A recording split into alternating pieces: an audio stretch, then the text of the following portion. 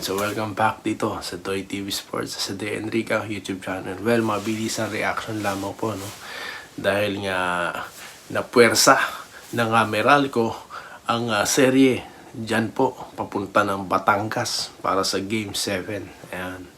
Well, pag-usapan po natin yan, mabilisan, no? Unang-una sa lahat, maraming salamat po sa inyong panonood, ano po, dyan po, sa iba't ibang panig ng lugar kung nasan man kayo. Okay. Quick reaction. Well, yun na nga. At napuwersa po ng Game 7 ang serye. Well, alam ko, natutuwa, no? Ang ilang mga kababayan natin dyan sa Batangas, no? Mga Batanggenyo, kung saan masasaksiyan nyo, no? Ang winner take all, no? Game 7 ng Bakbakang Barangay Ginebra at ng Meralco Bolts.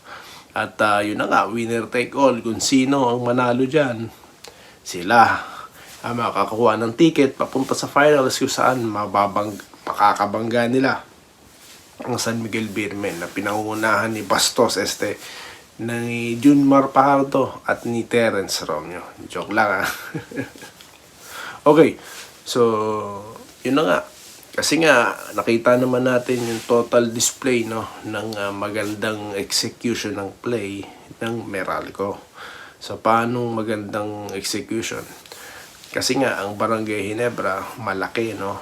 Kaya ang ginawa nila, ang design ng play nila is to push the ball, no?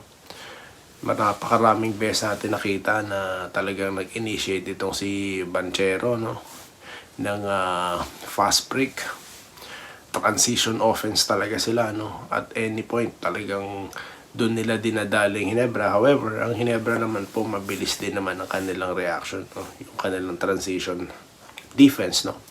Yun nga lang talagang most of the time yun talaga ang nakakaluso talaga yung fast breaks nitong Meralco. At nakita naman natin itong Quinto, no? Napaka-consistent sa early minutes of the game. Talagang nagpakawala ng mga ilang 3-point shot, ano? Pwede siguro to sa Gilas, no? Kumpiyansado, buong loob, di ba? Talagang sumasalaksak pa, no? Hindi alintana ang dalawang twin tower ng Ginebra, no? Na si Japet at itong si Stan Hardinger.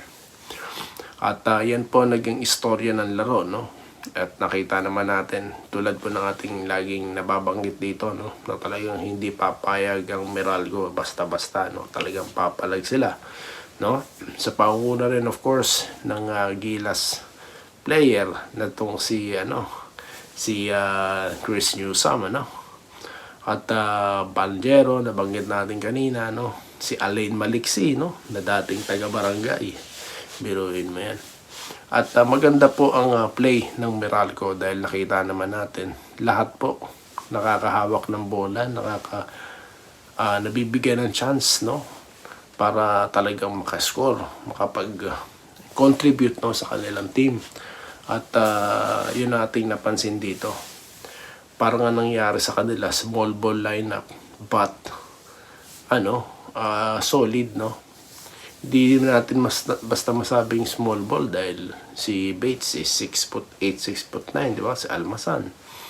Magandang depensa ang kanyang bagamat siya na foul trouble, no? Pero yun na nga. Talagang total display of domination po ang ginawa ng Meralco Bolts para makapuwersa ng Game 7, ano? In the other hand naman, sa Barangay Ginebra, nakita naman natin talaga na sa early minutes of the game, no? Talagang puwersado ang dalawang malaki nila at yan na po ang ating napansin. Si Stan Hardinger, nakailang piso, no? Pero hindi siya tumigil, talagang inaatake niya pa rin po ang baseline, ang ilalim, no?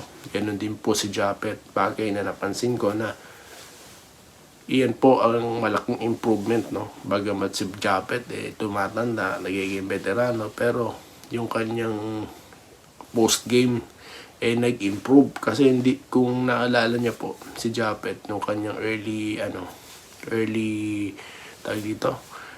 days sa PBA, hindi po ganyan Yes, dumadaktak po siya, pero yung talagang talaga aggressive sa low post play, hindi po kaya talagang maganda panoorin ng aggressiveness ng dalawang malaki ng Ginebra, no? At saan sila nagkulang dito? Well, yung depensa lang dito kay Quinto, no? Kasi kahit ano pong ganda ng inyong opensa, kung hindi nyo po mapipigilan yung talagang consistent scorer ng kalaban, talaga pong mahihirapan kayo, no? Talagang ito yung magiging butas, no, ng kalaban laban sa inyo. At sa early minutes ng laro, talagang si Quinto talagang nagpapaulan ng tres, no? Consistent. Kaya maganda siguro sa next game i-check na ito ni Coach Tim Con, no? Bagamat nabanggit po natin, no, sinabi natin sa ating mga contents na Ginebra, no?